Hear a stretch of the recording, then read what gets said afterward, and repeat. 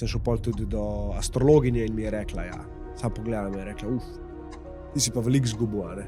A to je to, a ne. Zdaj boste vsi umrli okoli mene in jaz bom pač ostal sam in hvala lepa, čau, a ne. Tam sem pa pač videl, kaj sem sploh, a ne.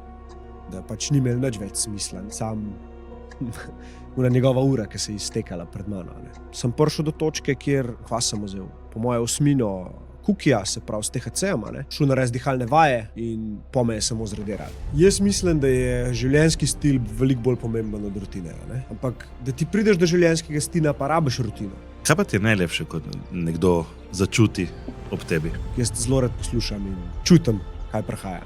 Je bila sreča, ampak pač pogoj, da se je sreča lahko zgodila, je bil pa v naših rokah. Resnica ti samo da možnost, da trenutno situacijo vidiš točno tako, kot je in iz te situacije pol naprej lahko delaš premike. Tvoja zmaga, na katero si najbolj ponosen? Da sem se potegnil iz take teme, ki mi je omogočila, da